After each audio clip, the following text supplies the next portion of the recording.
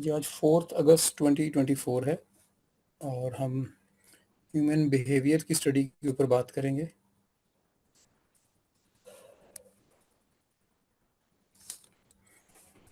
Last time जो हमारी बात हुई थी वो इंसान के ज़्यादातर ज़ाती इमोशंस के बारे में थी।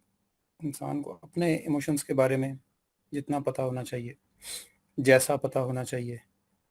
आज जो हमारी गुफ्तगू होगी वो इंटरपर्सनल रिलेशनशिप के ऊपर है, जिसमें दो लोग या दो से ज़्यादा लोग आपस में कैसे इंटरेक्ट करते हैं और उनकी उस इंटरेक्शन के दौरान क्या क्या इमोशंस इन्वॉल्व होते हैं, उनके बिहेवियर्स क्या होते हैं, एक्शंस और रिएक्शंस क्या होते हैं। इन चीज़ों को देखना है हमने।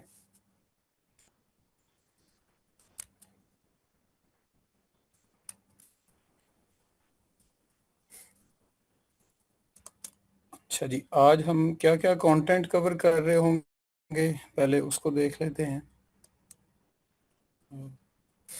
सबसे पहले हम पर्सनैलिटी मेजरमेंट्स पे बात करेंगे कि वो कौन से मेजर्स होते हैं जिससे पर्सनैलिटी मेजर की जाती है। फिर कौन से ऐसे मेजर्स हैं जिनको नॉर्मल कंसिडर किया जाता है, कौन से ऐसे हैं जो नॉर्मल से ज़्यादा होते हैं जिनको पीक्स कहा जाता है, और कितने या कौन से ऐसे हैं जो नॉर्मल से कम होते हैं और उनको हम ऑफ्स कहते हैं। तो ये 3 तरह के जो क्या कहना चाहिए मेजरमेंट लेवल्स हैं, इनको हमने देखना है। इसके बाद एक टाइम बॉम्ब स्टडी होती है, इसको थ्रेड बॉम्ब भी कहते हैं। इसको हमने स्टडी करना है कि ये ह्यूमन बिहेवियर्स को मेजर कैसे करती है और हमें इससे क्या हेल्प मिलती है। और लास्टली हम एक एम्प्टी बोर्ड थ्योरी को स्टडी करेंगे और जिसमें हम कंक्लूड भी करेंगे कि जो कुछ हमने पढ़ा है उससे हमने क्या निकाला नतीजा और उसे इम्प्लीमेंट कैसे करना है अपनी ज़िंदगी में।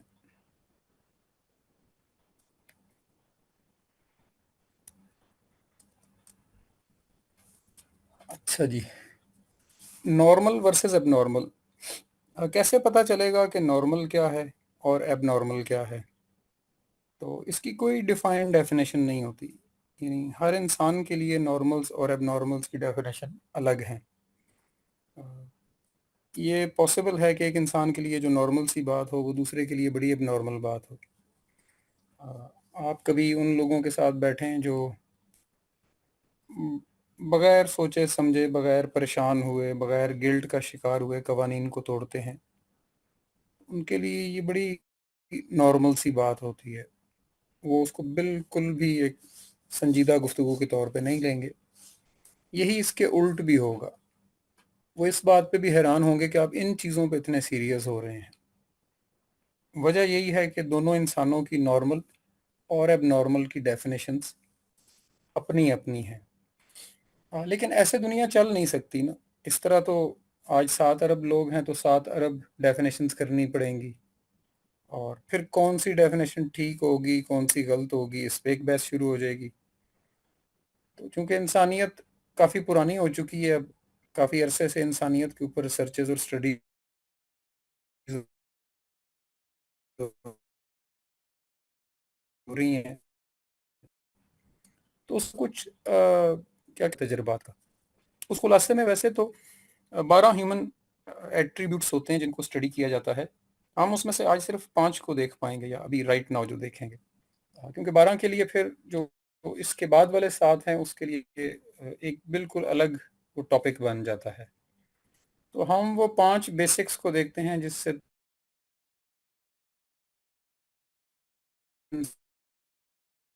का वास्ता पड़ता है, स्पेशली रिलेशनशिप्स में, चाहे वो मेल टू फीमेल रिलेशन, दोनों दोस्त मेल हैं या फीमेल्स हैं, चाहे वो बहन भाई हैं, चाहे वो आपके कॉलीग्स हैं, आपके क्लास फेलोज हैं, आपके मोहल्लेदार हैं, आपके साथ ट्रैवल कर रहे हैं।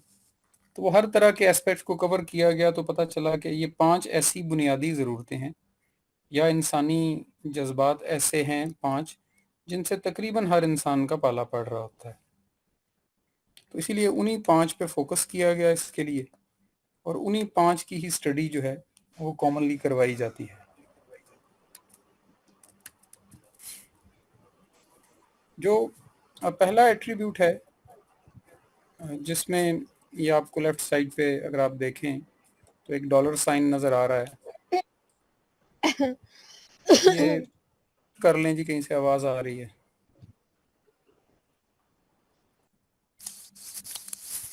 अच्छा, तो ये डॉलर साइन जो कि मनी के लिए यूज़ होता है, पैसे के लिए, तो इंसान माली मामलात में कैसा है, वो स्पेंडिंग किसको कहता है, वो ओवर स्पेंडिंग किसको कहता है, वो अपने अखराजात को कैसे मैनेज करता है, वो अपने रिजर्व्स को कैसे मैनेज करता है, वो दूसरों को देने में कैसा है, बांटने में कैसा है, और बहुत सारी चीज़ें। यानी जो भी चीज़ माल के इर्द गिर्द घूमती है उसके लिए ये डॉलर साइन है, और इसको मटेरियल एस्पेक्ट ऑफ लाइफ कहा जाता है।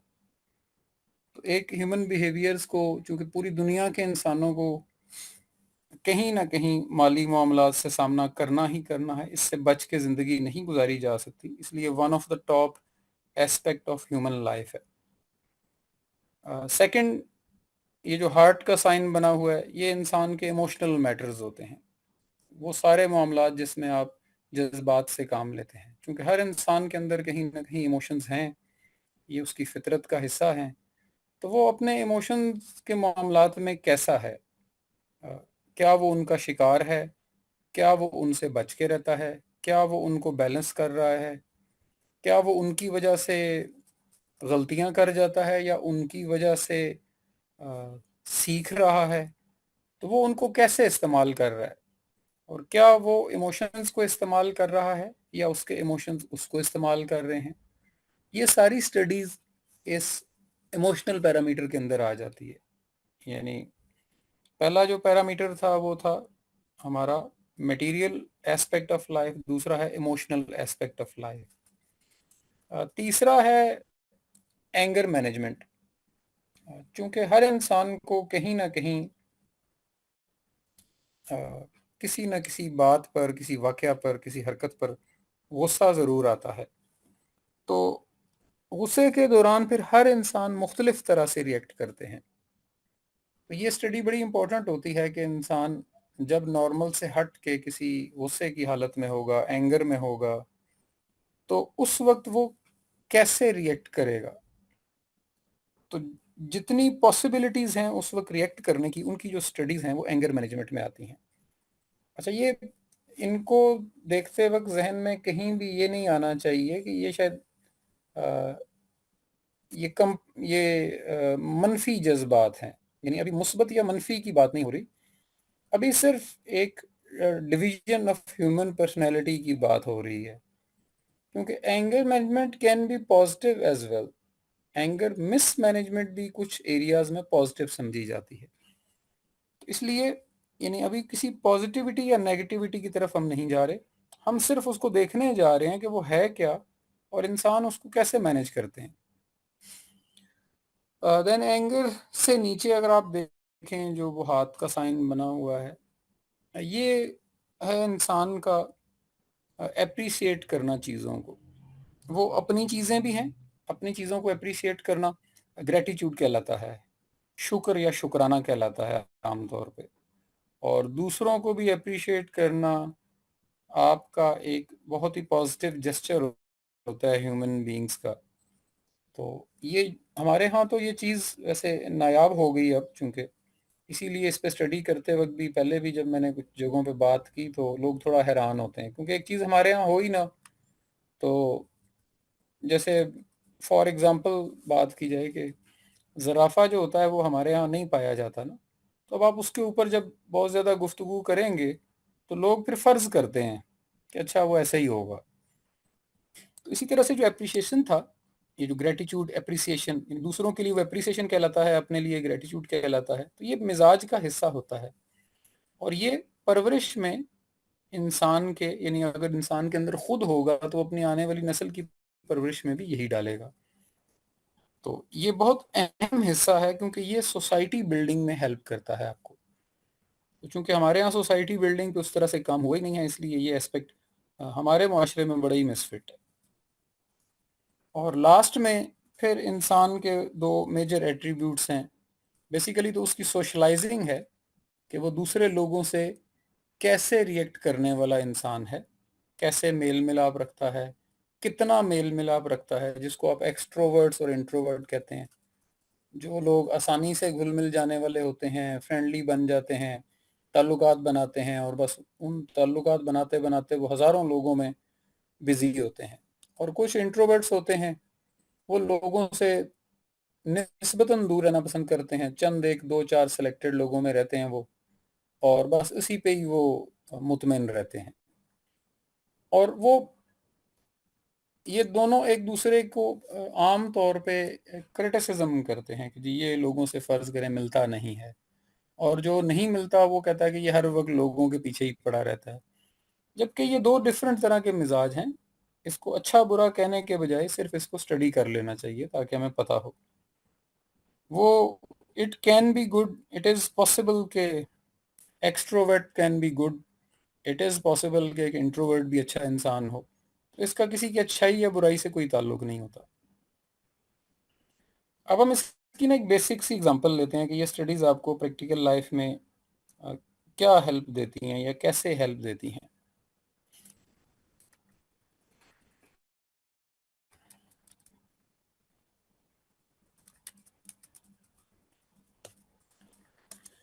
फॉर एग्जांपल हम ये जो रेड आइकन के अंदर एक मेल है, इसके एट्रीब्यूट्स को स्टडी कर रहे हैं इन्हीं पांचों चीज़ों को देखते हुए। स्पेंडिंग हैबिट्स में ये बंदा 25% है। नाउ व्हाट इज 25% मींस कि ये 100 में से 25 चीज़ों को 25% चीज़ों को खर्चने का कायल है। 70% अखराजात ये नहीं करना चाहता, यानी 75% चीज़ों पे वो स्पेंडिंग नहीं करता, करेगा तो बहुत मिनिमल सी, यानी रिजर्व है इस मामले में। और 25% चूंकि इंसान की बेसिक ज़रूरियात होती हैं, तो ये सिर्फ ज़रूरियात ज़िंदगी पे ज़्यादातर इसका फोकस रहता है, चाहे इसकी इनकम या सोर्स ऑफ इनकम 100% ही क्यों ना हो। और 100% का मतलब ये होता है कि जितने आपको एक माह के लिए ज़रूरत है, एक महीने के लिए, एक दिन के लिए, आपके पास उतने ही आ रहे हों। और अगर आपके पास उससे दुगने आ रहे हैं, तो इसका मतलब है कि ये 25% नहीं, फिर वो शख्स 12% पे चला जाएगा। फिर अगर उसके पास 4 गुना कमाई, एक बंदे को महीने के लिए 1 लाख रुपया चाहिए था और उसकी महीने की कमाई 5 लाख है फर्ज करें, तो इसका मतलब है कि वो तो 4 गुना 5 गुना ज्यादा कमा रहा है ना, तो अब ये परसेंटेज चेंज हो जाएगी। लेकिन चूंकि ये आम इंसानों के लिए कोई एक क्राइटेरिया रखना होता है, तो इसलिए इसको 100 से ही देखा गया है। तो अब अच्छा, इसका स्पेंडिंग से ताल्लुक इस तरह भी नहीं होता कि ये वाकई आपने स्पेंड करने। फर्ज करें एक बंदे की जरूरत महीने की 1 लाख रुपया है और उसकी कमाई 25,000 है, तो अब क्या होगा? वो 1 लाख का 25% ही खर्च रहा है, लेकिन ये तो उसकी टोटल कमाई है ना। अब तो उसका 1 लाख से कंपैरिजन नहीं होगा। वो देखा ये जाएगा कि खर्चते वक्त वो किस इमोशन का शिकार है, यानी क्या वो अपनी ज़रूरियात पे खर्चते वक्त भी बदली महसूस करता है कि ये मेरे पैसे लग रहे हैं, या मेरे पैसे जा रहे हैं, ज़ाया हो रहे हैं, या वो उसको बड़ी फराख दिली से 25,000 को खर्चता है और बाकी 75 के लिए वो तगो दो में लगा हुआ है। तो ये यानी इसका फिर वही बताने का मकसद ये है कि ये इंसानी इमोशन है कि आप अखराजात करते वक्त क्या फील कर रहे होते हैं। Do you feel good, do you feel bad, do you feel normal? और आप कितने वाले हैं तो नॉर्मल फील करते हैं? क्या ज़रूरत से ज़्यादा कमा रहे हैं और नॉर्मल फील कर रहे हैं, या ज़रूरत जितना कमा रहे हैं तो नॉर्मल फील कर रहे हैं, या ज़रूरत से कम कमा रहे हैं तो नॉर्मल फील कर रहे हैं? इसी तरह एबनॉर्मल फीलिंग वाली भी तीनों स्टेजेस होती हैं। तो ये हम एक ऐसे शख्स की मिसाल ले रहे हैं जो फ़र्ज़ करें 1 लाख रुपया कमाता है और सिर्फ उसमें से 25,000 खर्चने का कायल है। 75% उसका खर्चने को दिल नहीं करता, वो उसको फजूल समझता है या उसको बुरा समझता है, और जो भी आप उसके लिए लफ्ज़ इस्तेमाल करना चाहें। तो ये एक टाइप ऑफ स्पेंडिंग हैबिट है, ये वन ऑफ द टाइप है। ये 50% पे भी हो सकती है, ये 100% पे भी हो सकती है। तो हम एक पर्सनैलिटी की फ़िलहाल मिसाल ले रहे हैं जो 25% पे है। अब यही शख्स जो है, ये जितने रोमांटिसिज्म के मामलात होते हैं, क्योंकि ये दूसरा मेन एस्पेक्ट ऑफ लाइफ है ना, ये इसमें भी 25% ही है।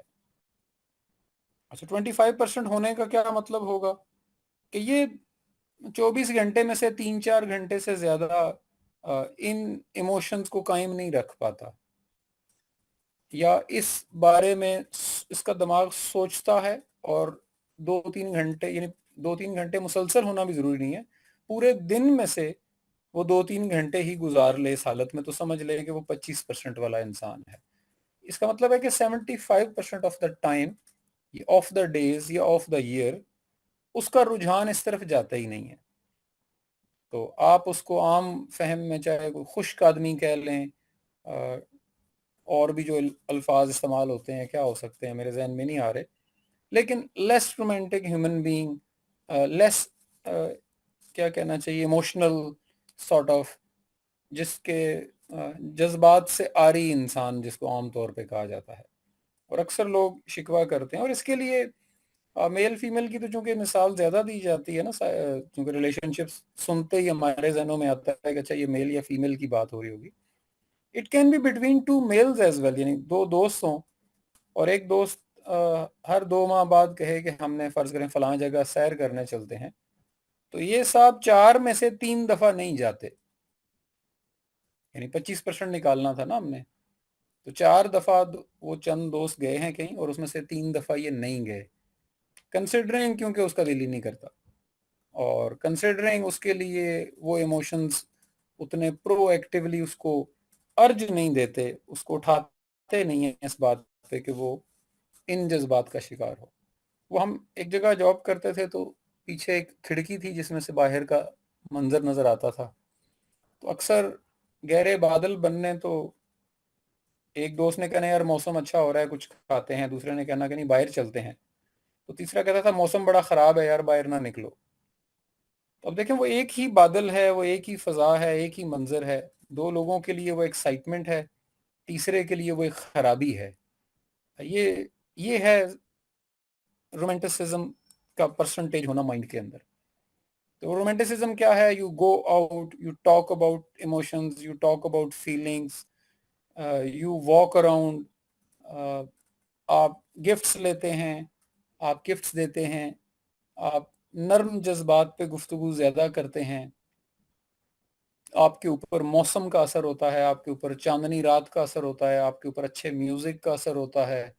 और ये सारी चीजें आपके, अभी मैं इसकी वो साइकाट्री की तरफ नहीं जा रहा जो न्यूरो साइंसेस कहती हैं, वो आगे कहीं बताऊंगा कि इंसान जब म्यूजिक सुनता है तो असल में ब्रेन के साथ क्या होता है, कि वो कैसे जाके वो डोपामीन को एग्जॉस्ट करता है, तो वो बॉडी को एक प्लेयर फीलिंग देता है वो म्यूजिक ना।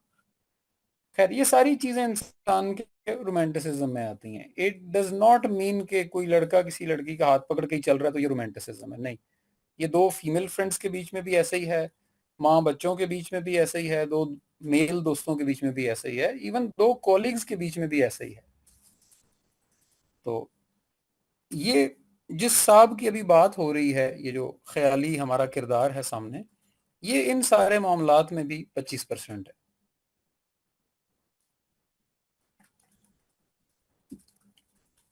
उसके बाद नेक्स्ट है एंगर मैनेजमेंट। अब इस शख्स की एंगर मैनेजमेंट बहुत अच्छी है, यानी 75% होना अच्छी कंसिडर की जाएगी, मोर देन 50% पे चला जाता है। इसका मतलब क्या होता है कि इस इंसान को जब 10 दफा गुस्सा आता होगा किसी बात पे, तो ये 7 या 8 दफा उसको कंट्रोल करता है, उस पर रिएक्ट नहीं करता, उस पर किसी को बुरा भला नहीं कहता, पी जाता है, बर्दाश्त कर लेता है, जो भी आप कह लें, यानी अपने अंदर से जनरेट होने वाले एंगर को 75% मैनेज कर लेता है। हाँ, 25% वो नहीं भी कर पाता, उस वक्त वो रिएक्ट भी करता होगा, वो बोलता भी होगा, लेकिन स्टिल 75% जो है ये एंगर मैनेजमेंट के अंदर एक अच्छी परसेंटेज समझी जाती है। तो जहां हमने पहली दो चीज़ों में देखा कि ये थोड़ा पुअर नज़र आ रहा था, पुअर इन द सेंस के अ, उन जज्बात को ये अच्छे तरीके से मैनेज नहीं कर रहा था, वहां इस सेक्शन में ये बहुत अच्छा है। दी बेस्ट नहीं है अभी, 100% नहीं है या 90% नहीं है, लेकिन स्टिल 75% इज गुड। इससे आगे वो लोग होते हैं जो ग्रेटिट्यूड और एप्रिसिएशन करते हैं, जो चीज़ों पे शुक्राने के कायल होते हैं, कि वो हर चीज़ के लिए थैंकफुल होते हैं जो कुछ उनको मिल रहा होता है, चाहे वो जैसा भी है। ये लाजमी नहीं है कि किसी ने गाड़ी नहीं खरीदी है तो उसी पर ही थैंकफुल हो रहा हो। वो उस पुरानी मोटरसाइकिल पे भी उतना ही थैंकफुल होता है, क्योंकि वो देखता रहता है कि बहुत सारे लोगों के पास ये नहीं है और मुझे कितनी आसानी है। वो अपनी पुरानी साइकिल के ऊपर भी थैंकफुल हो सकता है, और वो उसके पास कोई सवारी भी नहीं है तो इस बात पे भी थैंकफुल है कि मैं खुद ही चल के आ जाता हूँ, खुद ही चल रहा हूँ, एटलीस्ट मुझे बैसाखियों की ज़रूरत नहीं है, मैं व्हील चेयर पे तो नहीं। यानी थैंकफुलनेस के लिए ना कोई अपेरेंटली बड़ी नेमत होना ज़रूरी नहीं है, ये एक मिजाज होता है। इसी तरह वो दूसरों को भी ऐसे ही अप्रिशिएट करता है, उनकी छोटी छोटी बातों को वो अप्रिशिएट करेगा। ये नहीं कि कोई उसको गाड़ी ही देगा तो आप उसके लिए थैंकफुल हों। वो आपके साथ कोई अच्छा सलूक कर दे, आपको कोई अच्छा मशवरा दे दे, आपको अच्छी बात बता दे, आपको कोई रास्ता बता दे, आपको किसी मसले का हल बता दे, वो इन सारी चीज़ों पे अप्रिसिएटिंग होगा, क्योंकि चूंकि उसके अंदर अपने लिए शुक्राना है तो दूसरों के लिए भी वही निकलेगा। वही जो इंसान के अंदर होता है वही बाहर निकलता है ना। तो ये भी एक मिजाज होता है अप्रिसिएशन वाला, और अप्रिसिएशन दूसरों को की जाती है। थैंकफुलनेस जो है वो दूसरों के लिए जज्बा रखा जाता है, और अपनी ज़ात के लिए हम ग्रेटिट्यूड करते हैं। तो ऐसे में ये जो इंसान है ये 50% चीज़ों में या 50% मामलात में या 50% ऑफ द इवेंट्स और टाइम ये थैंकफुल होता है, 50% ये नहीं भी होता। तो ये दरमियाना सा इंसान है ग्रेटिट्यूड एंड एप्रिसिएशन के मामले में। तो ना ये अच्छा है ना ये बुरा है। तो जबकि ओवरऑल ये एक बुराई है, यानी वो क्यों है, वो फिर वही बात है कि वो इसकी फर्दर स्टडीज ये बताती हैं कि यहाँ आपको अच्छे होना था असल में ना। यानी ये ग्रेटिट्यूड एंड एप्रिसिएशन वो सेक्शन ऑफ पर्सनैलिटी है जहाँ आपका अच्छा होना बहुत ज़रूरी है कि आप मिनिमम 75-80% पे हों। लेकिन चूंकि आप दरमियाने से हैं तो ठीक है, आप बहुत बुरों से तो अच्छे हुए, लेकिन आप अभी भी नॉर्मल से नीचे हैं। यहाँ 50% होना नॉर्मल नहीं है। फिर सोशलाइजिंग में ये बंदा 100% इंट्रोवर्ट है, यानी ना होने के बराबर लोगों में उठना बैठना, ना होने के बराबर लोगों में घुलना मिलना, ना होने के बराबर ही लोगों में घुलने मिलने का शौक होना, अ, महफिलों को अवॉइड करना, गैदरिंग्स को अवॉइड करना, जो भी इसकी आप शक्ल बना लें, तो इसी को इंट्रोवर्ट कहा जाता है इंग्लिश में। तो ये 100 इंट्रोवर्ट है। नॉर्मली 100% कोई भी नहीं होता, लेकिन जो कि वो या तो इक्का दुक्का अपने क्लोज लोगों के साथ मिलता है, और या मिलता ही नहीं है। बस इस तरह की इसकी मिजाज कह लें आप। तो ये एक शख्सियत है जिसके मैंने आपको ना 5 मेन एट्रीब्यूट्स बताए।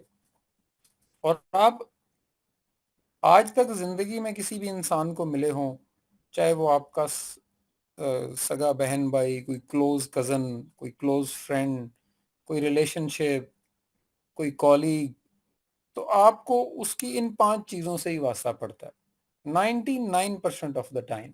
इसके अलावा भी जज्बात हैं, जैसे फॉर एग्जांपल जेलस होना एक ह्यूमन इमोशन है, लेकिन वो आपको हर दूसरे बंदे से वास्ता नहीं पड़ रहा होता उसके ऊपर, इसीलिए उसको टॉप 5 इमोशंस में नहीं रखा जाता ना। और इसी तरह से बहुत सारे और जज्बात हैं, जैसे जो निगलेक्टेड पर्सनैलिटीज होती हैं, लेकिन वो भी आपको रोज दूसरे दिन नहीं मिल रही होती। तो ये बड़े वो कॉमन एट्रीब्यूट्स हैं। और चूंकि ये स्टडीज ज़्यादा पहले यूरोप में की गई थी, उसके बाद अमेरिका में की गई, तो जो उनके स्टैट्स यूरोपियंस और अमेरिकन के हैं ना, इसमें वो ज़्यादा शामिल होते हैं। तो हमारी सोसाइटी पे शायद ये 100% उस तरह से फिट ना बैठ रही हो, लेकिन एज अ ह्यूमन ये जज्बात हम सब के अंदर होते हैं। वो चाहे इस वक्त काम में आ रहे हैं या नहीं, इस्तेमाल हो रहे हैं या नहीं, लेकिन हमारा इनसे वास्ता ज़रूर पड़ता है। तो अब आपने इस शख्स का एक इमेज बनाया जहन में, इन सारी परसेंटेजेस को देखें। ह्यूमन साइकोलॉजी के अंदर बाकायदा रूल्स डिफाइन हो चुके हैं जिसमें आप certain question answer, certain interviews और सर्टन टेस्ट लेके एग्जैक्ट नंबर भी निकाल देते हैं कि ये बंदा कितने परसेंट वाला है, सारे एट्रीब्यूट्स मिला के। यानी फॉर एग्जांपल आप कह सकते हैं कि ये बंदा ओवरऑल 66% वाला इंसान है। तो उन्होंने फिर रेंजेस बनाई हुई हैं कि 60 टू 70 वाले कौन से हैं, 70 टू 80 वाले लोग कैसे होते हैं। बड़ी इसकी डीप एनालिसिस है इसके पीछे। तो अब इस बंदे का जो आपने इमेज बनाया जहन में, आप शख्सियत निकालें कि वो आपके जहन में किस इंसान का, यानी वो ये नहीं कि आपने ज़िंदगी में किसी इंसान को जहन में लाना है कि ऐसा बंदा मुझे वो मिला था, नहीं। इस खाके को देखें, ये जो फर्जी खाका है सामने, कि ये कैसा इंसान होगा, बस इसको देखें आप अभी। और अपने जहन में एक इमेज बनाएं कि अच्छा ये ऐसा इंसान होगा, ये स्पेंडिंग हैबिट इस तरह की है इसकी, रोमांटिसिज्म इसका बिल्कुल ऐसा है, एंगर मैनेजमेंट इसकी थोड़ी बेहतर है, एप्रिसिएशन में भी बस गुजारा ही है, और बस ये इंट्रोवर्ट है, बहुत ज़्यादा घुलता मिलता नहीं है। तो अब आपने एक इमेज बना लिया। अब अब वो चाहे relationship person male to male था, मेल टू फीमेल था, फीमेल टू फीमेल था, और रिलेशनशिप कोई भी था, चाहे वो दो आपस में कॉलीग्स थे, दो फ्रेंड्स थे, दो क्लास फेलोज थे, या रिश्तेदार थे, दोनों सूरतों में दूसरी तरफ भी तो ये पैरामीटर्स अप्लाई होंगे ना। तो हम इसी थ्योरी को लेते हुए इस जो ख्याली फीमेल है इसके एट्रीब्यूट्स देखते हैं। इसकी स्पेंडिंग हैबिट्स पे जीरो कंट्रोल है इसका, जिसका मतलब है कि ये 100% है, कंट्रोल जीरो है ना। तो यानी इसके लिए खर्च देना, उड़ा देना जिसको कहते हैं असल में, तो वो इसका मिजाज है। एक्स्ट्रा शॉपिंग कर लेना, एक्स्ट्रा चीज़ें खरीद, इसको हर चीज़ अट्रैक्ट करती है, मैं ये भी ले लूँ, ये भी ले लूँ, ये भी ले लूँ। जितना कुछ उसके पास होता है उससे वो ले भी लेती है। ये उसकी स्पेंडिंग हैबिट्स हैं। अब मैं थोड़ा क्विक करता हूँ क्योंकि इसकी हम थ्योरी तो पढ़ चुके हैं, अब जस्ट नंबर्स चाहिए हमें। इसी तरह रोमांटिसिज्म में भी ये 100% है। इसको हर अच्छा मौसम, हर क्या कहना चाहिए, बदलती फजा, बारिश नहीं थी तो बारिश हो गई है तो ये भी उसको अपील करती है, कोई म्यूजिक उसको अपील करेगा। Everything which pledge with your dopamine effects this female. तो ऐसे लोग 100% रोमांटिसिज्म का शिकार होते हैं। ये अच्छी फिल्म देख के भी इनके इमोशंस चेंज हो जाएंगे, अच्छी किताब पढ़ के भी, या रोमांटिसिज्म वाली किताब या जो कहानियाँ होती हैं उनको पढ़ के भी इनके इमोशंस चेंज होते हैं। ये अच्छी फ़ज़ा को देख के चेंज हो जाते हैं, अच्छे म्यूज़िक को, अच्छे मंज़र को, कुछ भी इन पर ऐसी चीज़ जो इंसान के ब्रेन के एक स्पेसिफिक पार्ट को हिट करती हो, ये उसका शिकार होते हैं। And they are into it, they are just like, वो साइकोलॉजी कहती है, they are the cats of human society.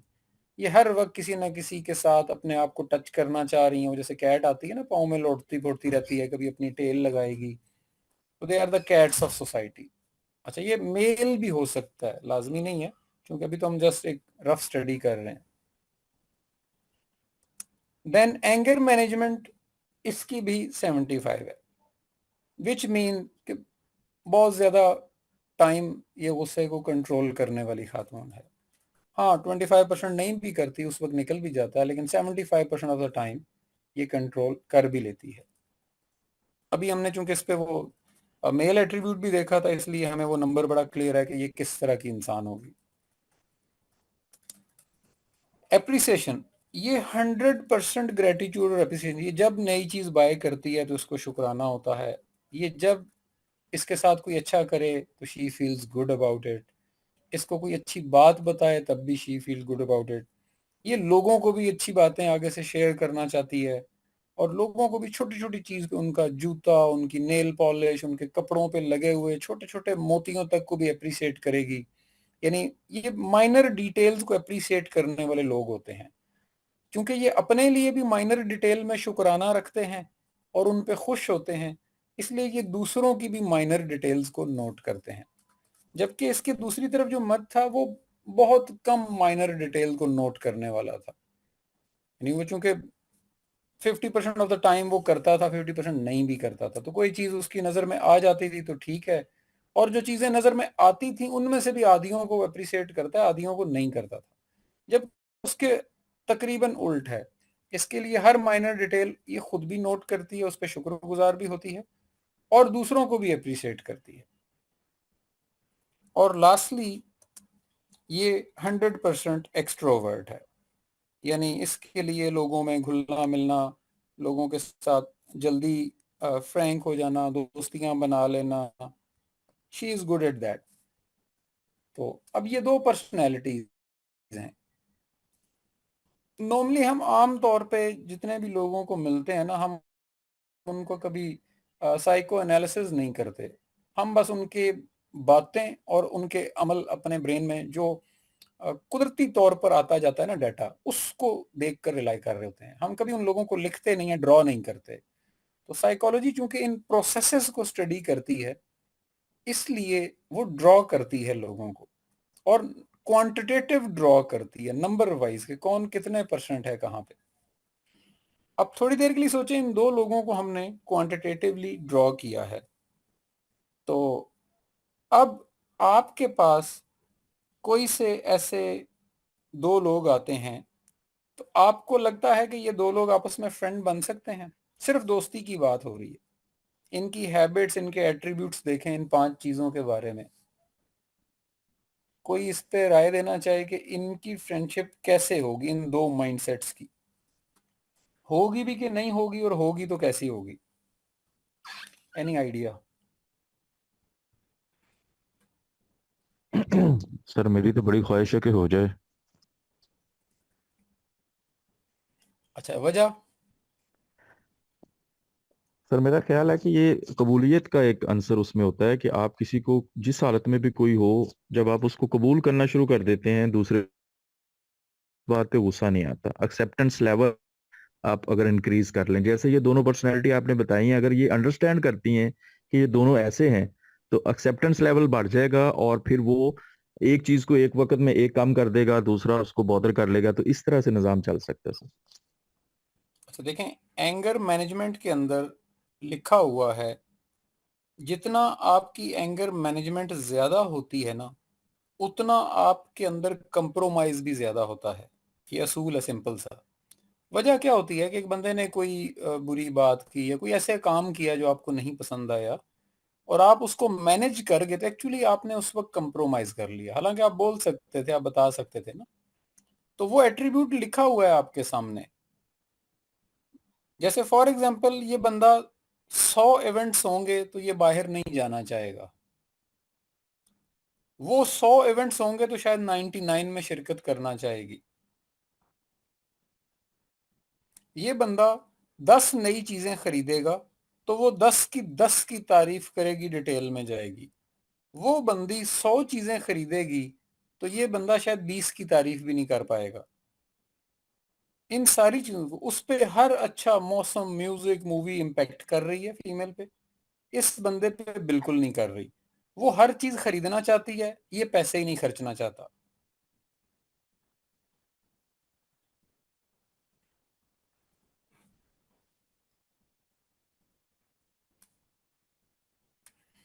चलें, हमने इसमें कहीं से ये प्रूव नहीं करना कि इनका ताल्लुक बनेगा नहीं बनेगा, बनेगा तो कैसा बनेगा।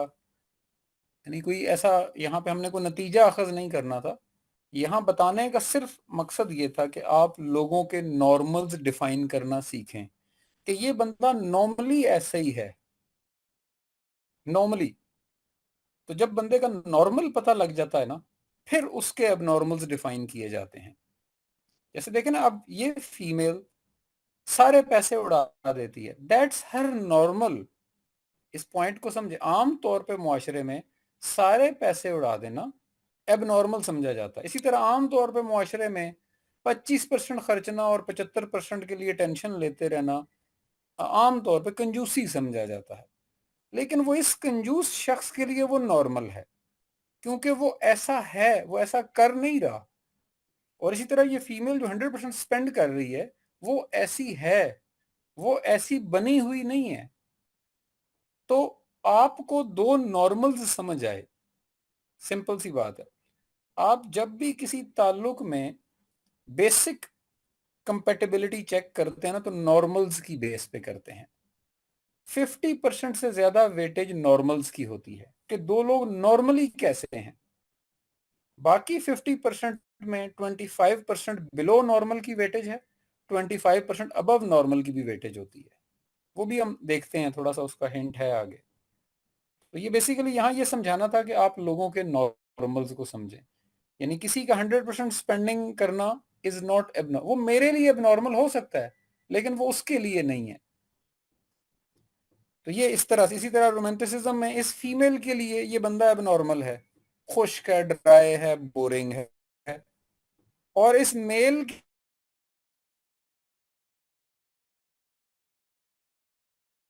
के लिए ये फीमेल जो है ना, ये बहुत ही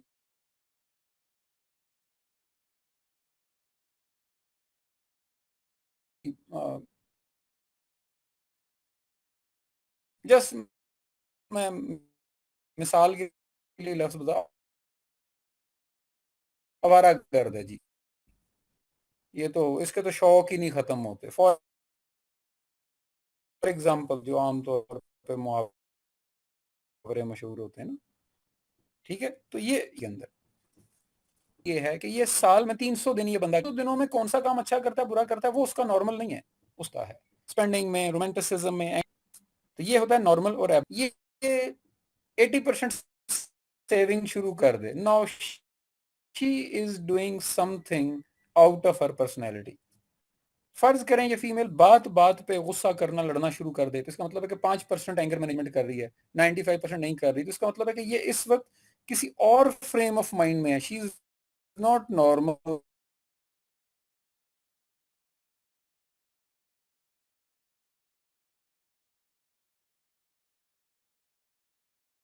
दीज,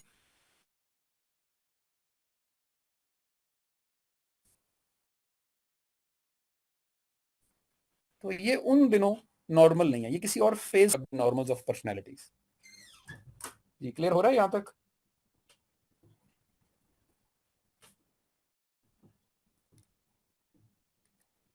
जी सर, क्लियर। ठीक है, आगे चलते हैं।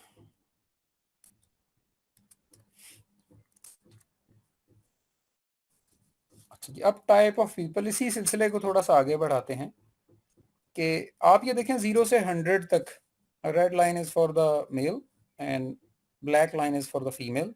और देखें ये मेल और फीमेल 50 से 80 की रेंज के बीच में है।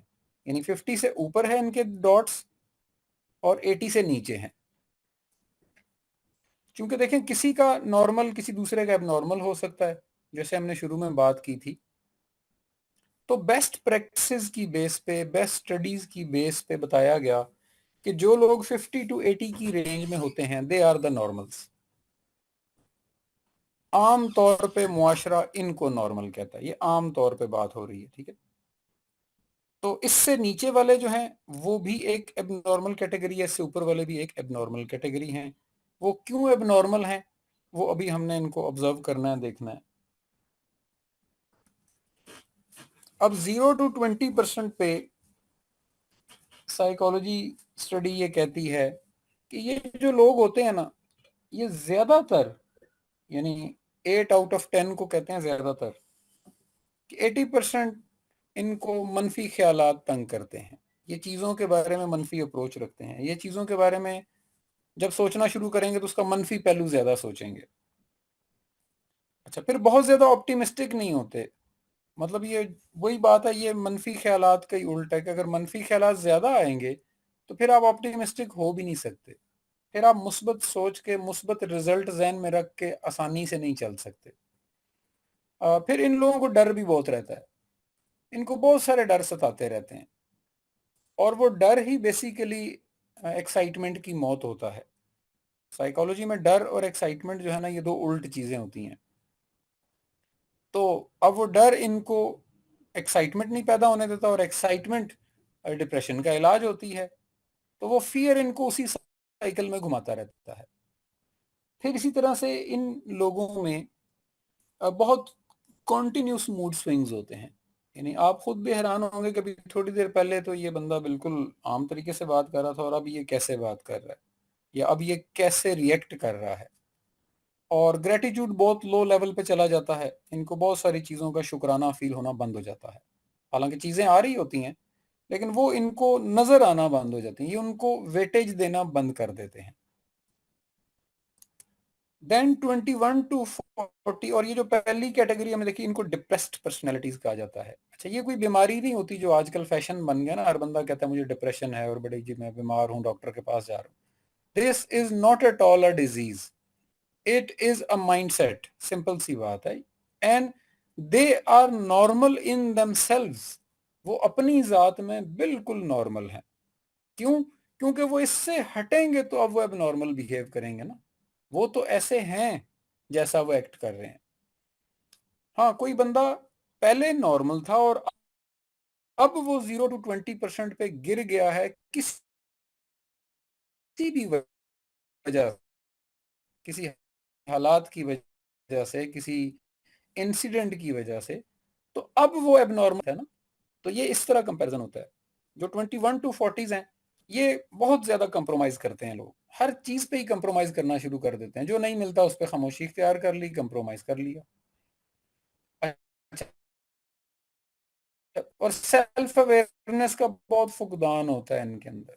कंप्रोमाइज की रीजन भी यही होती है, क्योंकि आपको अपनी अहमियत नहीं पता होती, तो आप समझ नहीं पाते कि ये तो आपका राइट था, और जब आपको वो नहीं मिल रहा होता तो आप कहते हैं इट्स ओके। तो आपकी शख्सियत ही ऐसी बन चुकी होती है जिसमें आप अपना हक तक भी लेना छोड़ जाते हैं। ये अक्सर औकात खौफ की हालत में रहते हैं, और उसी वजह से मनफी सोचें भी इनको अक्सर ही आती रहती हैं। यानी जो 20% वाले थे वो तो मोस्ट ऑफ द टाइम थे ना, ये अक्सर, ये 50% है, ऑफन लिखा ना, ऑफन इन फियर, 50% इनको फियर ही सताता रहेगा, 50% ये नेगेटिव चीजें सोचते रहते हैं। ऐसे लोग ज्यादा कंप्रोमाइज करते हैं लाइफ में, बहुत ज्यादा कंप्रोमाइजेस करते हैं लाइफ में, क्योंकि ये उसको राइट नहीं समझ रहे होते। और उसको अपना राइट क्यों नहीं समझ रहे होते? क्योंकि इनको अपना आप पता ही नहीं है कि इनके क्या क्या राइट्स हैं। 41 to 70 ये नॉर्मल कंसिडर किए जाते हैं ज्यादातर लोग। अच्छा, अब नॉर्मल क्यों कंसिडर किए जाते हैं? क्योंकि इसके बीच स्टडी बताती है कि ये अक्सर औकात 75% ऑफ द टाइम मोटिवेटेड रहते हैं to do something, to achieve something. फिर ये पॉजिटिव रहते हैं, अच्छा मैं ये कर लूंगा। ये कभी भी ग्लास को देखकर ये नहीं कहते कि आधा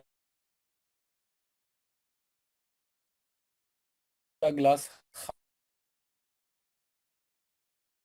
खाली है, ये कहते हैं आधा ग्लास भरा हुआ है। ये पॉजिटिविटी है ना, पॉजिटिविटी ऑफ द माइंड है ये।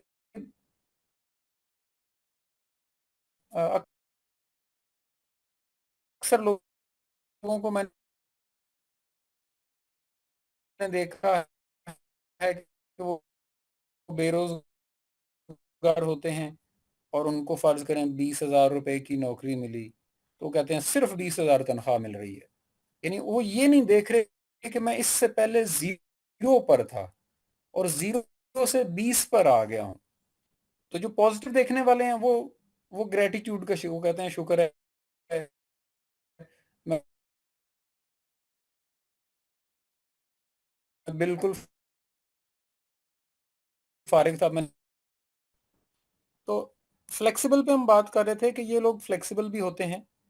अच्छा, ऐसा नहीं है कि ये नॉर्मल है तो ये इसलिए फ्लेक्सिबल हैं, ये जरा असूल याद रखना है। यानी असूल ये है साइकोलॉजी का कि जो मोस्टली मोटिवेटेड रहते हों, जो नॉर्मली पॉजिटिव रहते हों, जिनके मूड भी 90% स्टेबल रहें, जिनके अंदर शुक्राना भी ज़्यादा हो, थैंकफुल भी ज़्यादा हो, फ्लेक्सिबल भी हों, आपकी बात सुन लें, मान लें, कभी नाराज़ भी हों तो आप उनको आसानी से मना लें, और बैलेंस्ड हों, ज़िंदगी के बहुत सारी चीज़ों को टाइम देते हों, इन लोगों को नॉर्मल कहा जाता है। ऐसा है,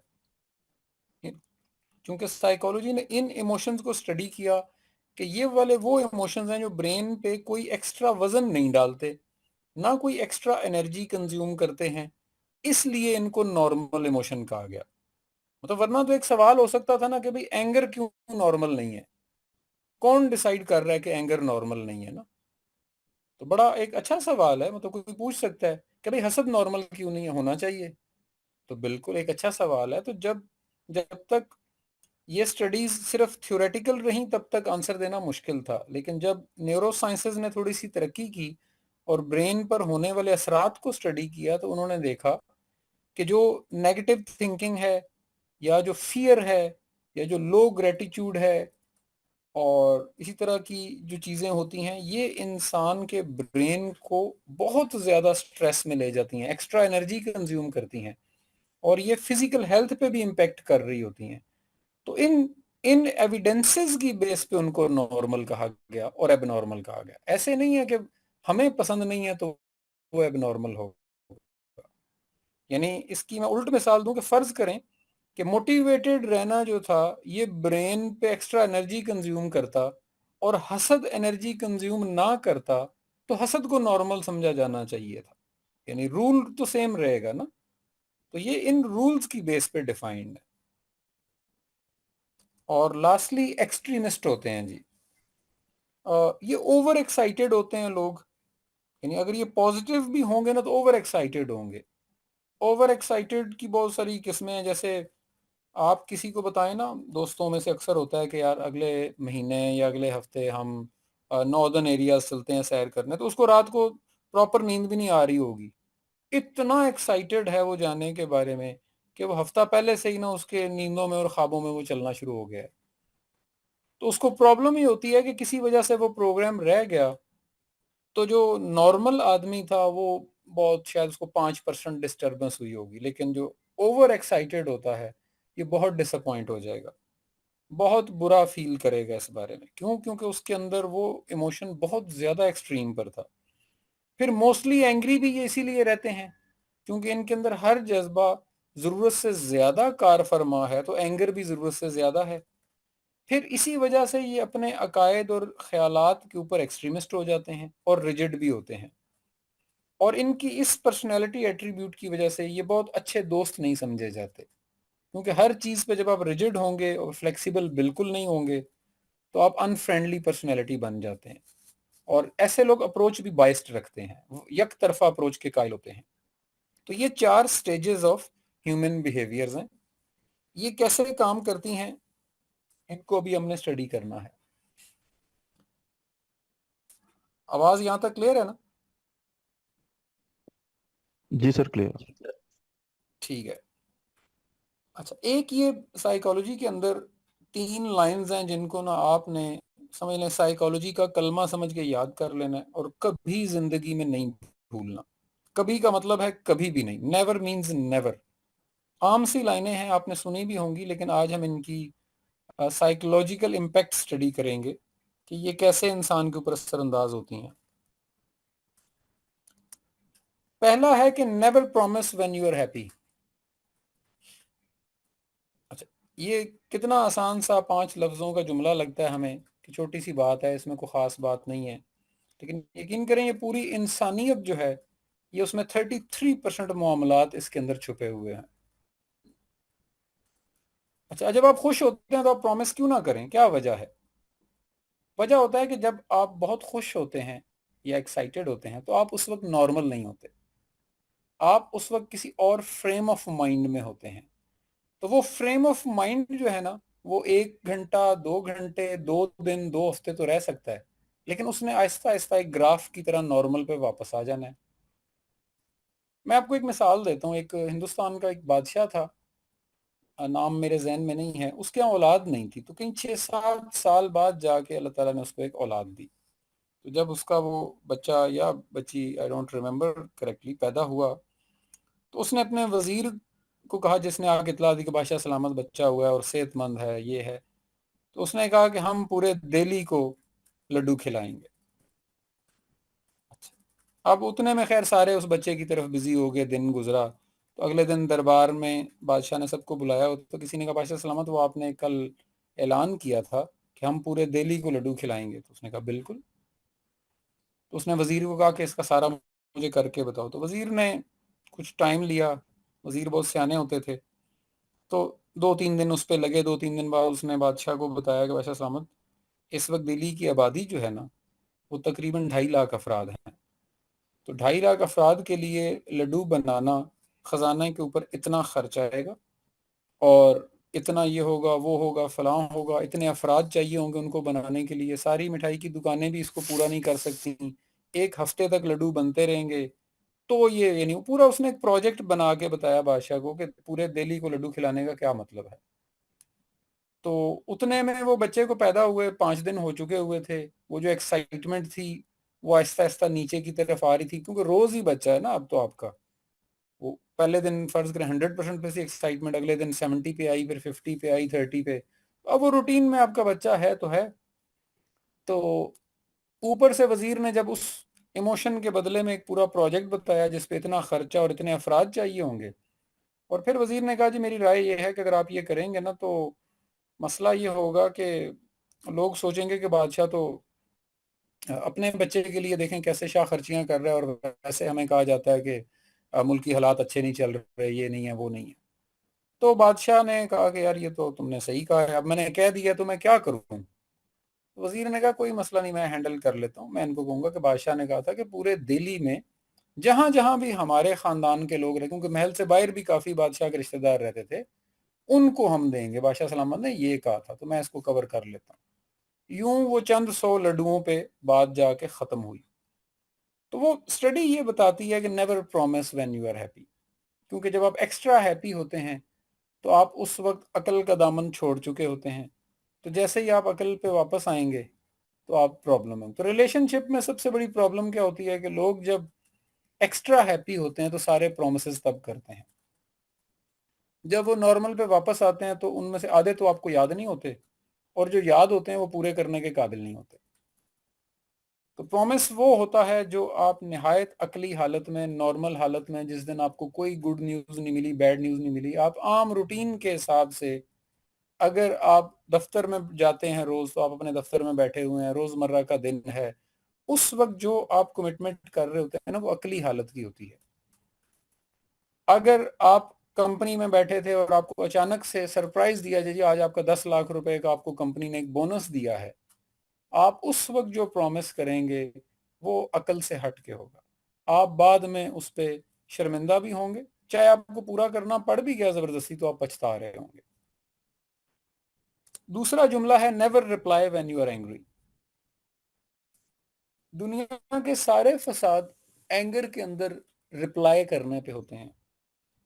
मैंने एक था, किसी बुक में कुछ लिखा था, मुझे भी सही तरह याद नहीं है। तो उसमें था दूसरा जुमला। वो दूसरे जुमले के बारे में एक थ्योरी थी, और वो दूसरे जुमले के बारे में थ्योरी ये कहती है कि पहला जुमला तो गलत निकल सकता है, जैसे आप बातें कर रहे थे और आपके मुंह से गलत बात निकल गई, ये इत्तफाकिया भी हो सकती है। अब फर्ज करें मैं बोल रहा हूँ इस वक्त तो मेरे मुंह से गलत बात निकल गई, इत्तफाकिया, मैंने नीयत नहीं थी, सोचा नहीं था किसी को हर्ट करना, लेकिन वो किसी को बुरी लग गई। तो अब जिसको बुरी लगी उसने ये सोचा कि ये तो मुझे कहा गया है। जब उसको उसके इमोशन ने उसको बताया कि तुम्हें बुरा कहा गया तो उसके अंदर एंगर पैदा होगा। अब वो एंगर उसे कहेगा कि तुम रिस्पॉन्ड करो, और उसने अब रिस्पॉन्ड करना और उसने उससे भी बुरी बात कहनी है। सादा सी मिसाल है, बड़ी अमूमी सी मिसाल है लेकिन सादा है, कि आप देखते होंगे कि जब एक शख्स गाली निकालता है तो उसको बदले में गाली ही सुनने को मिलती है।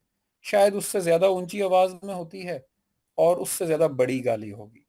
वो वजह ही ये होती है कि पहली गाली तो शायद हड़बड़ाहट में किसी के मुंह से निकल गई, लेकिन जो दूसरा जवाब आता है ना, दूसरा जुमला जो होता है उस गुफ्तगू में, यानी दूसरी गाली कह लें, दूसरा जवाब कह लें, दूसरा फिक्रा कह लें, वो एंगर से निकला है।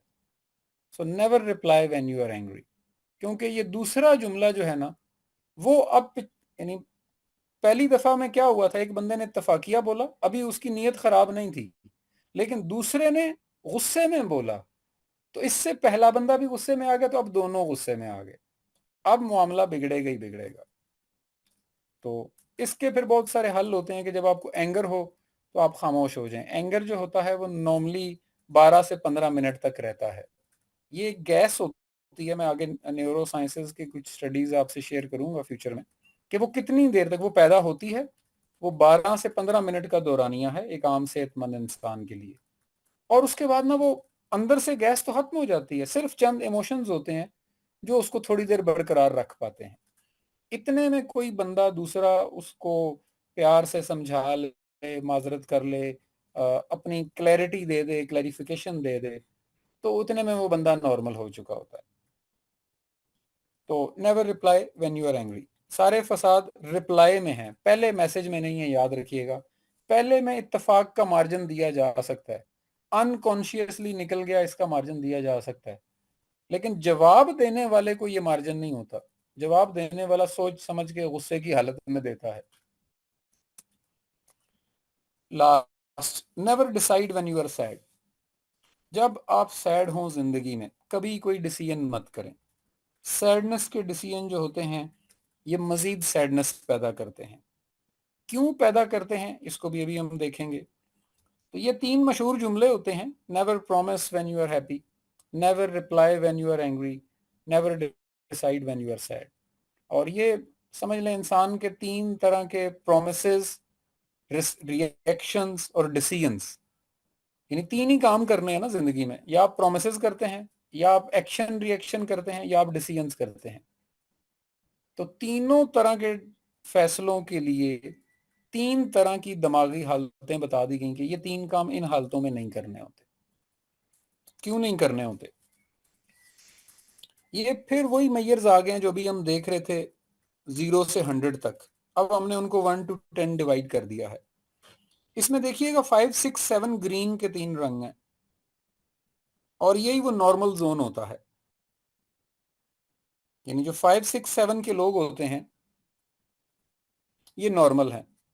ये दिल के मामला यानी इमोशनल मामलात में भी नॉर्मल रिएक्ट करेंगे। ठीक है, एक्साइटमेंट होगी, लेकिन एक्साइटमेंट भी नॉर्मल लेवल की होगी, ये उसमें पागल नहीं हो जाएंगे। और इसी तरह से जो दिमागी फैसले इन्होंने करने होते हैं, चाहे वो अपने बिजनेस से रिलेटेड हैं, अपनी जॉब से रिलेटेड हैं, कोई भी मटेरियल डिसीजन करना है, फलां चीज़ लेनी है नहीं लेनी, कौन सी लेनी है, कहाँ जाना है कहाँ नहीं जाना, रोज़मर्रा के मामलात में भी और बड़े मामलात में भी ये दिमागी हालत नॉर्मल रखते हैं। क्यों? क्योंकि वही बात है, ये क्यों नॉर्मल रखते हैं? क्योंकि इनको नॉर्मल कहा ही उन बुनियादों पे गया है जो पहले हम नॉर्मल के लिए स्टडी करके आए हैं अभी। लेकिन ये नॉर्मल से जो नीचे है 1, 2, 3, 4, इसमें कोई बंदा पॉजिटिव भी होगा ना, यानी देखें पॉजिटिव नेगेटिव दोनों हो सकते हैं ना, कि एक बंदा नॉर्मल से नीचे है लेकिन नेगेटिव पर्सनालिटी नहीं है, इट इज पॉसिबल। तो अभी हम बात कर रहे हैं कि नॉर्मल से नीचे हो और पॉजिटिव हो, लेकिन कोई मनफी शख्सियत ना भी हो, तो वो कंप्रोमाइज पर्सनैलिटी बन जाता है। यानी वो भी वही होता है जो नॉर्मल से नीचे होता है। और नॉर्मल से नीचे ये ग्रे टू ब्लैक की तरफ जा रहा है, डार्कनेस की तरफ जा रही है उसकी पर्सनैलिटी। लेकिन इसके बावजूद उसके अंदर शर नहीं था अगर, और उसके अंदर फसाद नहीं था, उसके अंदर नेगेटिव जज्बे नहीं थे, तो वो कंप्रोमाइज्ड पर्सनैलिटी में हर चीज के ऊपर कंप्रोमाइज कर करके, हर चीज पे सॉरी कर करके, अननेसेसरी कंप्रोमाइजेस और सॉरीज ने उसको कंप्रोमाइज्ड पर्सनैलिटी बना दिया है। वो हर चीज कंप्रोमाइज के जरिए देखता है। ऐसा बंदा अगर नॉर्मल से ऊपर वाली स्टेजेस में चला गया, जो 8, 9, 10 है ये पॉजिटिव लेकिन नॉर्मल से ऊपर है अगर, तो ये टू मच एक्साइटेड होगा, वही फिर हर्ट होते हैं ये लोग। टू मच थ्रिल्ड होगा, इसका मतलब है फिर इसको डिस्टर्बेंस होगी। वजह क्या है कि 8, 9, 10 में आप आउट ऑफ बैंड हो जाते हैं, out of normality, out of mind जिसको कहा जाता है पॉजिटिव ही। फिर वही वो जो मरी के प्रोग्राम वाली अभी मिसाल थी या नॉर्दर्न एरियाज वाली, आप इतने एक्साइटेड थे, आप 10 पर थे वहां पे, जबकि अभी तो सिर्फ बात हुई थी। तो आप टू मच एक्साइटेड हो जाते हैं, टू मच थ्रिल्ड हो जाते हैं, और ये टू मच जो भी होता है ना, ये आउट ऑफ माइंड होता है। होता पॉजिटिव है, यानी ये पॉजिटिव नेगेटिव दोनों पॉसिबल है। अभी इन्हीं के नेगेटिव्स देखिएगा। जब आप नॉर्मल से नीचे होते हैं तो आप डिप्रेशन की तरफ चले जाते हैं ना। डिप्रेशन सादा सी बात है, जीरो मोटिवेशन को डिप्रेशन का, ये कोई बीमारी नहीं है जो आजकल फैशन बना हुआ है, मैं बार बार कह रहा हूँ। जब आपका मोटिवेशन लेवल बिल्कुल नीचे गिर जाए, ग्रेटिट्यूड लेवल बिल्कुल नीचे गिर जाए, दिस फेज ऑफ लाइफ और phase of mind is called depression. और यकीन करें इसकी कोई दवाई नहीं होती है, जो लोग दवाइयां खाते हैं ना, इसकी कोई मेडिसिन नहीं है दुनिया में, ना इसका कोई इलाज कर सकती है। ऐसे लोगों को 1-to-1 केयर और इम्पोर्टेंस और साथ चाहिए होता है, जो इनको हाथ पकड़ के समझ लें गड़ा है जिसमें से निकालना है आपने किसी को। No medicine can help. Medicine तो ट्रैंकुलाइजर्स हैं, आपके नर्वस सिस्टम को जाके डिस्टर्ब कर देती हैं, तो आपको लगता है कि अब आप कुछ गलत करने जोगे नहीं रह गए तो आप ठीक हो गए, जबकि आप मजीद खराब हो रहे होते हैं। इसी तरह जो इसमें 8, 9, 10 वाले नेगेटिव पर्सनैलिटीज हैं, वो रेज का एग्रेशन का शिकार होते हैं। तो नेगेटिविटी में रेज और एग्रेशन भी आउट ऑफ माइंड होना है असल में। जहां उधर टू मच एक्साइटमेंट और टू मच थ्रिल थी, तो यहाँ बहुत ज्यादा इनको गुस्सा आएगा, बहुत ज्यादा एग्रेशन होगा। आप हैरान होंगे कि छोटी सी बात पे कोई बंदा तूफान खड़ा कर देगा। छोटी सी बात पे वो अ, आपके साथ सालों की बिजनेस पार्टनरशिप खत्म करके अपना कारोबार शुरू कर देगा। वजह ये थी कि वो दिल और दिमाग के ग्रीन जोन से ऊपर जाके किया उसने। ये भी मुमकिन है कि ये उसका कोई फेज हो। ये अब आप स्टडी करते हैं कि क्या ये बाकी साल में भी ऐसा ही था, तो आप कहते हैं नहीं ये बाकी साल तो ऐसा नहीं था, इस वक्त ये बंदा ऐसे एक्ट कर रहा है, तो इसका मतलब है कि ये एक फेज है और इस फेज में से इसको बाहर लाना चाहिए। उसके लिए आप एफर्ट कर सकते हैं। और कुछ अल्लाह ताला की ऐसी खूबसूरत निज़ाम या तरतीब है पीछे, जो किसी भी फेज में 5, 6, 7 वाले लोग हैं ना, चाहे वो नीचे गिर गए हों या ऊपर उठ गए हों, ये कुछ अरसे बाद ऑटोमेटिकली अपनी लेयर पे आ ही जाते हैं। You just need to give them some time. वो 10 मिनट भी हो सकते हैं, वो 10 घंटे भी हो सकते हैं, 10 दिन भी हो सकते हैं, 10 महीने भी हो सकते हैं, लेकिन उन्होंने आना है। उन्हें जस्ट उस वक्त कोई ऐसी चीज नहीं चाहिए होती जो वहां रहने के लिए हेल्प कर रही हो। जैसे एक बंदे ने, वो नॉर्मल था 5, 6, 7 पे था, लेकिन इस वक्त वो रेज के 10 पे चला गया है, तो इसका मतलब है कि कोई चीज एबनॉर्मल हुई है उसके साथ, और वो रेज में 10 पे है। तो दूसरा बंदा तो 5, 6, 7 पे ही है ना, जो उसका पार्टनर है। तो अब उसकी जिम्मेदारी है कि वो उसको टाइम दे और वो काम ना करे जो उसको 10 पे जाने के लिए हेल्प कर रहे थे। तो जब कुछ अरसे तक वो एनर्जी नहीं मिलती, इंजेक्शन को पीछे से प्रेस करने वाला हाथ नहीं होता, तो इंजेक्शन के आगे से वो मेडिसिन निकलना बंद हो जाती है। जैसे ही इस बंदे की रेज वाली मेडिसिन इसके ब्रेन में ड्रॉप होना बंद होगी, ये नॉर्मल की तरफ नीचे गिरेगा और आएगा। हम लोग क्या करते हैं, हम रिलेशनशिप में टाइम नहीं दे पाते। हम चाहते हैं कि बंदा आज ही सारा कुछ करके नॉर्मल हो जाए, और वो नहीं हो पाता। And that's how you break up. ये सारे प्रॉब्लम इस सर्कल जोन को ना समझने की वजह से होते हैं। Last, thread bombs theory. ये आपने अक्सर फिल्मों में भी देखा होगा, और वैसे भी बचपन में भी चलाए होंगे पटाखे बम। एक धागे वाला बॉम्ब होता है, उसमें आप बॉम्ब को आग नहीं लगाते, धागे को आग लगाते हैं। वो धागा 1 फुट भी हो सकता है, 2 फुट भी, वो जलता जलता जलता ऐसा ऐसा बॉम्ब के पास आता है, और फिर बॉम्ब ब्लास्ट कर जाता है। तो वो जो आग होती है ना, जो धागे को लगी होती है, वो स्लोली स्लोली उस तरफ जा रही है जहां धमाका होना है। हमारी जिंदगियों में भी बहुत सारे ऐसे धागे हैं जिनके सिरे को हम आग लगा देते हैं, और वो स्लोली स्लोली बॉम्ब की तरफ जा रहा है और उसने धमाका करना है। हम बस उस पर तवज्जो नहीं कर रहे होते। हम तवज्जो उस दिन करते हैं जिस दिन वो ब्लास्ट करता है। कैसे? अभी आज हम सिर्फ उसके 3 एट्रीब्यूट्स देखेंगे टाइम की वजह से। वैसे ये भी 12 होते हैं, लेकिन चूंकि वो सारी चीज़ें 12 करने के लिए हमें बहुत टाइम चाहिए, तो आज मेरे जहन में था कि हम at least first level of theory को स्टडी कर लें। देखिए, टॉक्स के अंदर टाइम बॉम्ब कैसे काम करता है, या थ्रेड बॉम्ब। गुफ्तगू के अंदर, बातों के अंदर,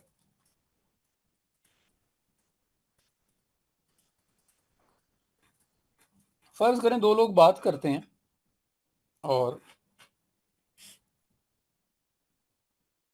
वो मिले हैं, चाहे वो दोस्त थे, कोलीग थे, रिलेशनशिप में थे, कुछ भी थे। वो बैठ गए हैं एक टेबल पे, या किसी बाग में बैठे हैं, किसी गाड़ी में बैठे हैं, जहां पे भी आप बैठ के बात कर सकें। आपने बात करना स्टार्ट की, आपने 1, 1.5 घंटा गुफ्तगू की, 2 घंटे की, मुख्तलिफ तरह की बातें की, और उसके बाद आप अलग हो गए। ये है इंसिडेंट नंबर 1, टॉक्स के आगे जो 1 लिखा हुआ है, पहला उल्लू। देन है इंसिडेंट नंबर 2, आप उसके 5 दिन बाद फिर मिले, आप फिर घंटा डेढ़ बैठे और आपने हर तरह की जैसे पहले बातें करते थे की। तो ये दूसरा उल्लू इसको कहा जाता है, the all of talks, psychology में पढ़ाया जाता है। देन तीसरा, वो फिर तीसरे हफ्ते हुआ, फर्ज करें अगर ये लोग वीकली मिलते थे तो ये हर सैटरडे को फर्ज करें ये हो रहा है, हर फ्राइडे हो रहा है, what ever is the frequency. तो साइकोलॉजी कहती है कि जो एवरेज ह्यूमन होता है ना, एवरेज, वो नॉर्मल वाले की बात हो रही है अभी, वो जो 5 6 7 वाले थे, वो 8 दफा नॉर्मल बात कर सकता है। 9वीं दफा में वो उल्टा उल्लू होगा। अच्छा, उल्टा उल्लू क्या करता है? वो कोई ना कोई उल्टी बात कर ही जाएगा। अच्छा, उसके लिए कोई नीयत उल्टी होना जरूरी नहीं है, ना उसके लिए कोई वाकया होना जरूरी है। ये बिल्कुल ऐसे ही है कि जैसे आप अपने घर में डस्टबिन होती है ना, तो उसमें रोज टिश्यूज फेंकते रहे फेंकते रहे फेंकते रहे, तो 8 दिन बाद फर्ज करें वो फुल हो चुकी हुई, अब उसमें ना मजीद नहीं फेंका जा सकता था, इसलिए उसको खाली करना पड़ता है। तो खाली करने के लिए आप उसको जाके कहीं और उल्टा देते हैं। तो जहां आप उल्टाते हैं वहां फिर गंद गिरेगा ना, चाहे वो डस्टबिन थी या कोई बड़ा कंटेनर था, तो आप अपना गंद वहां गिरा आए हैं। That's how human brain works. इसने 8 उसको यूज किया है बातों के लिए, डिस्कशंस के लिए, रोमांटिसिज्म के लिए, लेकिन 9वीं दफा में वो अपनी डस्टबिन खाली करेगा। अच्छा, जब वो खाली करेगा ना, तो एक बंदे की 9वीं दफा आज बन गई है, फर्ज करें वो उसकी पर्सनैलिटी थी 5 6 7 वाली, तो उसकी 9वीं दफा, तो फर्ज करें हम वीकली मिलते थे और 9वां हफ्ता आ गया, तो 9वें हफ्ते में मैं फर्ज करें वो इंसान हूं, तो मेरे मुंह से कोई ना कोई ऐसी बात निकलेगी, मेरा ब्रेन निकालेगा ऑटोमेटिकली, मैं कोई सोच के नहीं आया हूंगा, जो अगले बंदे को बहुत परेशान कुन या तकलीफ दे लगेगी। अच्छा, जब उसको परेशान कुन या तकलीफ दे लगेगी, तो फिर वही एट्रीब्यूट जो भी हम पढ़ रहे थे कि फिर एंगर मैनेजमेंट कैसी है बंदे की, ये आपको पता चलेगा। That's how you study each other. तो जिन लोगों को पता होता है ना कि हर 9वीं गुफ्तगू ऐसी होनी है, और वो लोग दिन में 2 दफा मिलते होंगे अगर, तो इसका मतलब है कि चौथे दिन ही ये बात आ जानी है ना। और अगर वो रोज 1 दफा मिलते होंगे, तो इसका मतलब है 9वें दिन ये बात आ जाएगी। और अगर वो हफ्ते बाद मिलते हैं, तो 9वें हफ्ते में जाके वो बात आएगी ना, which is too long to happen. तो वो कहते हैं कि कम्युनिकेशन बैलेंस्ड रखें हमेशा अपने रिलेशनशिप में। बहुत सारे लोग जो एक दूसरे के लिए शादी करने के लिए मरे जा रहे होते हैं, शादी के 2 महीने बाद ही उनमें डाइवोर्स क्यों हो जाती है? क्योंकि पहले वो महीने बाद मिलते थे और तरस रहे होते थे देखने के लिए, मिलने के लिए। शादी के बाद आप कितनी देर बाद मिल रहे हैं, थोड़ी देर के लिए सोचें, आप हैं ही साथ, तो वो आपका जो 80% है ना, वो हर घंटे बाद फिल हो जाता है, and you do something wrong. तो आप डेली कुछ ना कुछ गलत कर रहे हैं। क्यों? क्योंकि ह्यूमन ब्रेन की वो 8 स्लॉट्स खाली हो चुकी हैं, अब उसने डस्टबिन खाली करनी ही करनी है कहीं ना कहीं। तो ये जो टॉक्स का उल्टा उल्लू है ना, ये नॉर्मल ह्यूमन बीइंग के लिए 9th है। थोड़ा सा भी वो बंदा अबव नॉर्मल हुआ, तो ये 3rd या 4th पे भी आ सकता है, और थोड़ा सा बिलो नॉर्मल हुआ, तो ये 1st 2nd पे होगा। वो हर दूसरी बात, क्योंकि वो डिप्रेस पर्सनैलिटी है, तो उसने हर दूसरी बात में अपना डिप्रेशन शो करना है। वो नेगेटिव पर्सनैलिटी है, तो उसने हर दूसरी बात नेगेटिव करनी है। तो ये टॉक्स के उल्लुओं की समझ होनी बहुत जरूरी है, इसको बैलेंस्ड रखना बहुत जरूरी है। Then test. आप थोड़ी देर के लिए सोचें, अपना फेवरेट फ्रूट जहन में लेकर आए। जैसे आजकल पाकिस्तान में आम चल रहे हैं, लोगों को बहुत पसंद है।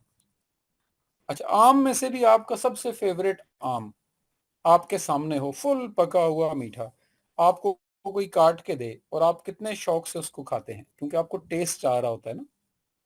अच्छा, अब आपने उसको दूसरा काट के दिया, उसने वो भी खा जाना है। अब आप उसको तीसरा काट के दो, उसने वो भी खा जाना है। तो साइकोलॉजी ये कहती है कि आप अपनी फेवरेट चीज भी जितनी एक दफा में खाते हैं ना, उसकी 3 टाइम क्वांटिटी खा सकते हैं आप मैक्सिमम। जैसे फर्ज करें एक बंदे को खजूरें पसंद है, वो एक वक्त में 2 खजूरें खाता है या 3, तो अगर आप उसको 9 खिला देंगे ना, तो 10वीं को उसका हाथ लगाने को भी दिल नहीं करेगा, हालांकि उसकी फेवरेट है।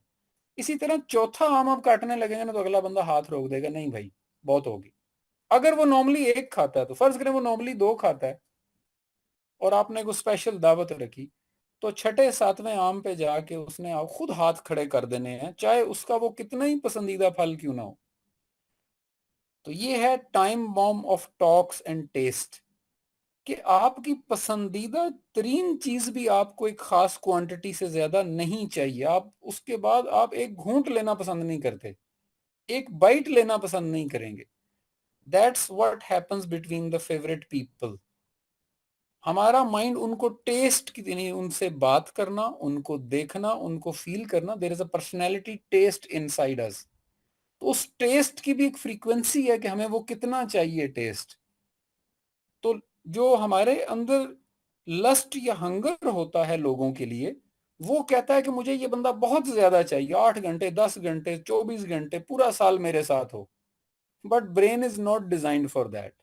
So you have to have gaps, you have to have appropriate levels of it. Otherwise आपका अपने फेवरेट तरीन बंदे की शक्ल देखने को भी दिल नहीं करेगा। ये ब्रेन का प्रॉब्लम है, ये कोई बंदा आपके साथ नेगेटिव नहीं हो रहा होता, इसको बैलेंस करना बहुत जरूरी होता है। So that's the owl of test. And the last is owl of patience. Owl of patience क्या कहता है कि हर ब्रेन जो है उसे उतनी देर के बाद एक एग्जॉस्ट चाहिए होता है, वरना वो अपना पेशेंस लूज कर जाएगा। फर्ज करें एक नॉनसेंस बात की, आप एक गुफ्तगू में बैठे थे, आपका फेवरेट पर्सन था, उसने एक गलत बात की, आप इग्नोर कर गए, उसने दूसरी की, अब आपको बुरा लगा, आपने सोचा मैं इसको कहूं, लेकिन आप फिर इग्नोर कर गए, उसने तीसरी की। तो कहते हैं कि एवरेज ह्यूमन बीइंग जो है ना, वो 4 नॉनसेंस तक तो इग्नोर कर पाता है, पांचवी पे रिएक्ट कर जाता है। तो अब आप सोचें कि ऑल ऑफ पेशेंस ने पांचवी पे रिएक्ट करना है, तो अगर हम ये चार जो हैं इनको महीनों पे फैला दें कि ये चार 6 महीने के अंदर पूरी हो रही हो, तो हमारा ब्रेन उतने में दोबारा एनर्जी गेन कर चुका होता है और वो इस टाइमर को रीसेट करने में कामयाब हो जाता है। तो जो 6 महीने बाद वो पांचवी कर रहा होगा ना, ब्रेन उसको फिर पहली समझेगा। क्यों? क्योंकि टाइम गुजर चुका था ना पहली को। लेकिन अगर हम सारा दिन बैठ के बातों में मसरूफ हैं एक बंदे के साथ, आज भी 8 घंटे बैठे, कल भी 8 घंटे बैठे, परसों भी 8 घंटे बैठे। अभी ये अदनान साहब मुझसे पिछली मुलाकात में किसी के बारे में पूछ रहे थे कि उनके साथ मसला क्या हुआ, तो मैंने उनको बताया कि देवर सिटिंग टू मच टुगेदर। अब शायद अदनान साहब को क्लियर हो रहा होगा कि वो कौन सा उल्लू उल्टा हो रहा था वहां पे जो प्रॉब्लम कर गया। उस वक्त मैंने थोड़े डिफरेंट अल्फाज में शायद बात की थी, इस वक्त चूंकि ग्राफिक सामने है तो हमें समझना आसान हो जाता है।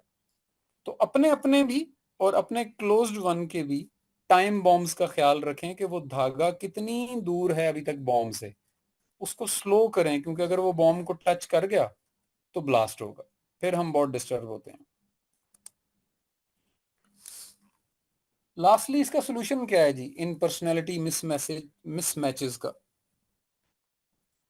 अपने से ऑपोजिट लोगों को, चाहे वो हमसे ऑपोजिट लोग हैं या वो इस वक्त उस फ्रेम ऑफ माइंड में है जहां वो ऑपोजिट गए हुए हैं, तो इन दो ऑपोजिट्स को हैंडल करने का वैसे तो बहुत सारे सॉल्यूशंस हैं, लेकिन इसके लिए मैं आप लोगों को एक मॉन्क की स्टोरी सुनाऊंगा और इस पे हम एंड करते हैं। मॉन्क्स आपको पता है मेडिटेशन करते हैं बहुत ज्यादा, at least 4 to 8 hours a day. तो एक मॉन्क जो था वो मेडिटेशन कर रहा था, तो उसके ये जहाँ नॉर्मली करते हैं वहां पे कोई ना कोई पानी या झील क्या होता है, जरूरी होता है इनके पास होना, क्योंकि नेचर के बहुत पास रहते हैं ये।